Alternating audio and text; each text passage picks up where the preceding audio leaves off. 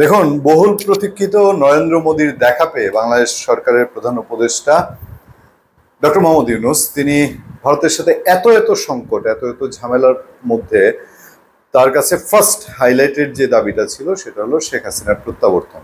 তিনি সেটা সেখানে চেয়েছেন। এরপরে তার প্রেস সচিব শফিকুল আলম তিনিও বাংলাদেশের সংবাদ মাধ্যমকে জানিয়েছেন শেখ হাসিনাকে প্রত্যাবর্তনের বিষয়ে নরেন্দ্র মোদীর সাথে ব্যাংককে ডক্টর ইউনূসের কথা হয়েছে। ইভেন দো আমি যেদিন কথা বলছি 8 এপ্রিল 2025 সেই দিনও প্রধান উপদেষ্টার হাইলি রিপ্রেজেন্টেটিভ খলিলুর রহমান তিনিও বলছেন যে প্রধান উপদেষ্টা যে কথা বলেছেন সেই সূত্র ধরে প্রধান উপদেষ্টার ব্যাংকক সফর নিয়ে একটা ব্রিফিং আয়োজন করা হয়েছিল। সেখানে বলছেন যে শেখ হাসিনার প্রত্যাবর্তন বা শেখ হাসিনা ফিরিয়ে নেওয়া নিয়ে ভারতের সাথে আলোচনা শুরু হবে। কথা হলো যত সহজে তারা জানাচ্ছেন, ব্যাপারটা কি এত সহজ? দুইটা দিক থেকে দেখেন। একটা হচ্ছে ভারতের দিক থেকে, ভারতকে শেখ হাসিনা ফেরত দিবে কিনা এটার কিছু ইঙ্গিত ভারতের মধ্যে দিয়ে দিয়েছে। ভারত জানিয়ে দিয়েছে শেখ হাসিনা কি করতে চায়। এখন বাংলাদেশে 64 জেলার যে কোনো জেলা থেকে যে কাউকে ধরা সম্ভব। বাংলাদেশে আমি আজকেও একটা ভিডিও দেখছিলাম, সম্ভবত তারাশের সিরাজগঞ্জের এক এমপি, সাবেক এমপি, তিনি জামিনে বের হয়েছেন। বের হওয়ার পর 5-7 জন মিলে তাকে ধরেছে, তাকে মোটামুটি হেনস্থা গালিগালাজ শেষ নাই, তারে ধরে নাকি কোন মোড়ে নিয়ে যাবে এরকম একটা বিষয়। তো এটা বাংলাদেশের যে কোনো জেলা থেকে টুক করেই যে কাউকে ধরে আনার সক্ষমতা বাংলাদেশের যে সরকারে থাকে সে রাখে। কিন্তু ভারত তো আর বাংলাদেশে না, ভারত তো ভারত, সেখান থেকে চাইলে টুক করে আনা যায় না।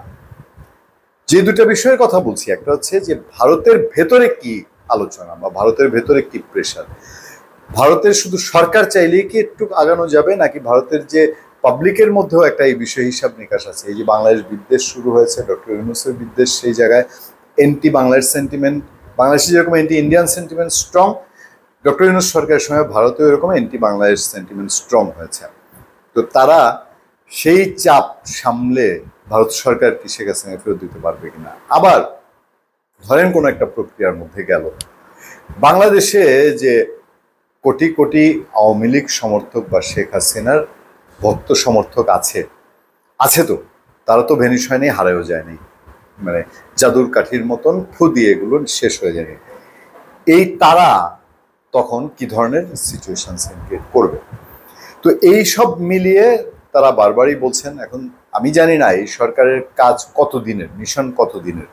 এখন তো অনেক কিছুই প্রশ্ন জাগে যে এই যে 8 মাস চলে গেল, হবে আলোচনা শুরু হবে, শেখ হাসিনাকে ফিরিয়ে আনা হবে, তারপর আপনার এরকম নানান বিষয়াদি আছে, ইনভলভ আছে। তো তারা সবকিছু ভবিষ্যতের কথা বলে। তো ভবিষ্যৎ কত দিনে লেখা হবে বাংলাদেশে?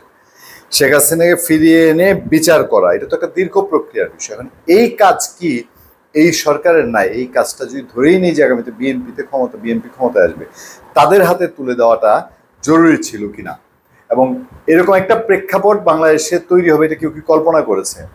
যাই হোক, এই সরকার, বাংলাদেশের সরকার, তারা খুব জান প্রাণ দিয়ে টার্গেট করেছে শেখ হাসিনাকে ফিরিয়ে আনবে। আমরা একটু অপেক্ষায় থাকি, দেখি শেষ তক কোথাকার জল কোথায় গিয়ে গড়ায়।